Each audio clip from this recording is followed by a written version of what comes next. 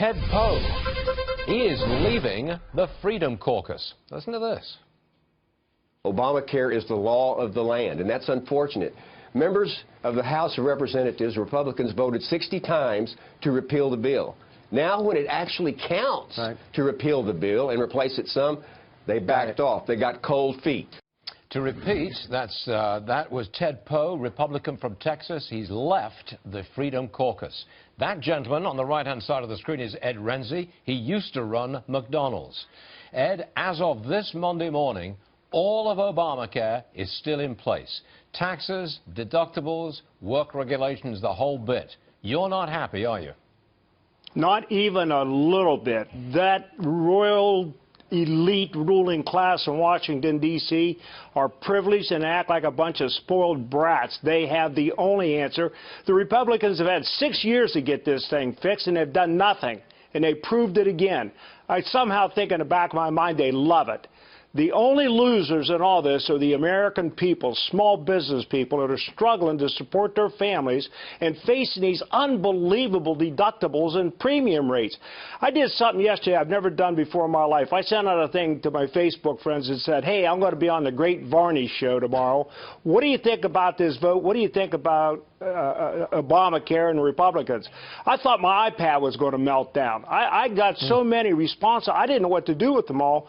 So I just looked at a couple that I know, and it's the same thing time and time again. The politicians in D.C. ought to go on the same program we're forced to go on, and that'll wake them up a little bit. And the second thing is you got to do something to give these people relief. They're dying out there. Oh, well, now, if Obamacare is still in place, and it is, and I don't see any prospect of it, that's not going to change in the immediate future, I say that that does indeed slow down America's growth rate in the future. Forget tax reform for a second. Just the maintenance of Obamacare is a slowdown to growth at the end of this year and into next year as well. Are you with me on this?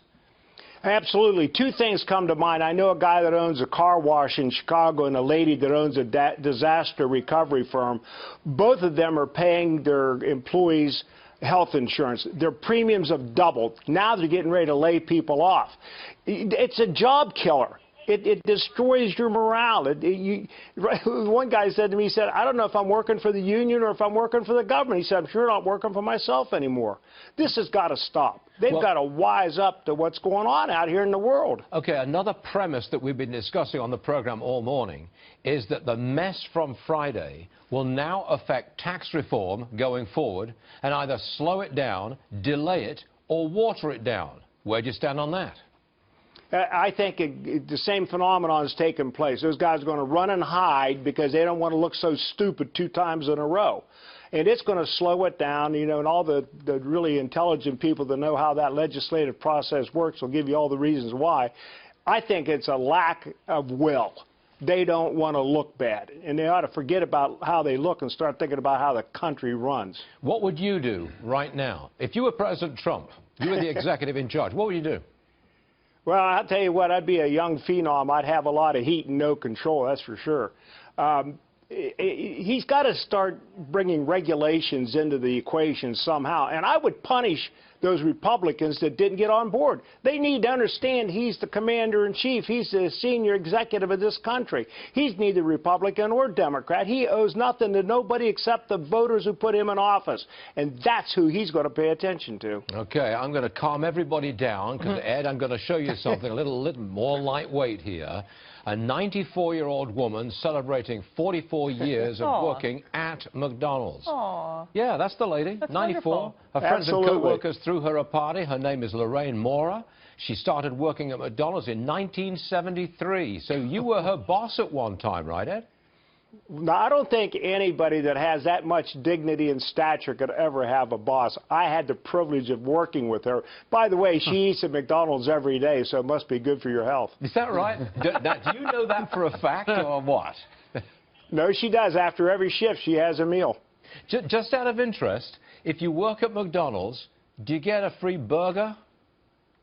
Well, of course. You do? Oh, okay. It's a privilege. Okay, I'll have to remember that. I used to be a waiter when I first came to America. One of the big treats was They fed you, and I really like that. That was good stuff. I was hungry in those days. Ed Rensi. Part of the benefit. Nice benefit. I'll take it. Ed Rensi, it's a pleasure having you on the show. You come back soon. Thanks a lot, sir. I will.